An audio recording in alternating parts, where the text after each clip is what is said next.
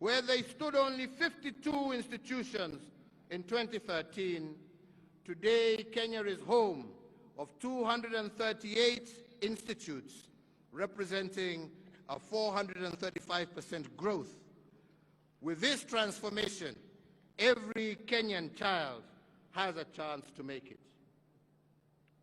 So fellow Kenyans, in our effort to foster inclusivity as well as gender parity, the one thing that I am truly proud of is how we have built women leadership and expanded their fields of participation in governance.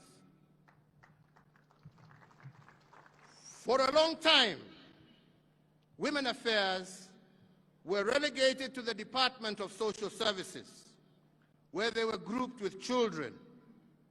In fact, the first woman to be appointed as a permanent secretary happened 24 years after independence. Margaret Githinji was appointed the permanent secretary for Commerce and Industry on Madaraka Day of 1987. And thereafter, the first woman to become a cabinet minister, the Honorable Nyiva Mwendwa, occurred 32 years after independence in 1995.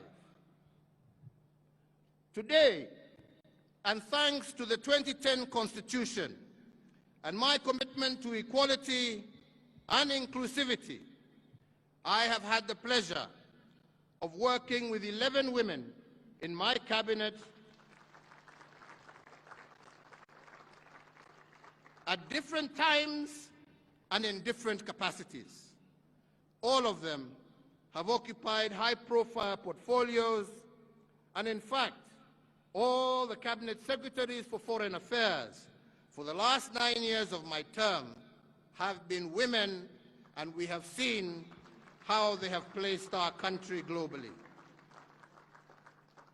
Of equal note is that my administration has also fast-tracked the promotion of women in leadership in our security sector. I appointed Fatuma Ahmed as the first woman Major General of our Defense Forces in 2018.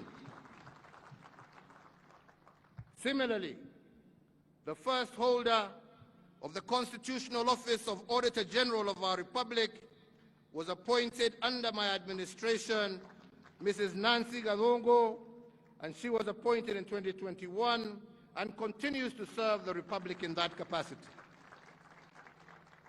And of course, we have our three arms of government, one of which is now headed by a woman. After 58 years of our independence, in May of 2021, I had the profound honor of being the first President of the Republic to commence an address with a salutation, Madam Chief Justice, when the Honorable Lady Justice Martha Koome assumed office as the first woman Chief Justice. We are also proud of the fact that Kenya's judiciary boasts a female Deputy Chief Justice, a female Chief Registrar, and many female principal judges and presiding judges across our superior courts. Going further, in August of this year, if it is the wish of the Kenyan electorate, we have a chance of electing a woman and shattering the glass ceiling by assuming the second highest office in the Republic of Kenya. So, ladies and gentlemen, if our women were part of the liberation struggle, advancing their cause intentionally is a duty that belongs to all of us. We owe it to them, we owe it to ourselves, and we owe it to our country.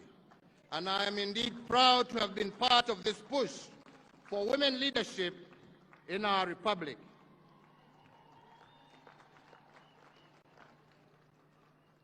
Fellow Kenyans, ladies and gentlemen, Now I will give a further account of how my administration has multiplied the fruits of our liberation. And I will give this account using 4 legacy frames that have guided our execution of the mandate bestowed on us over the last 9 years.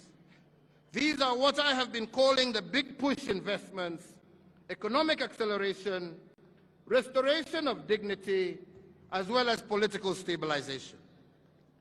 I begin with the first legacy frame of the big push investments, and I want to start this frame because the question many have begged is why the heavy investments in infrastructure.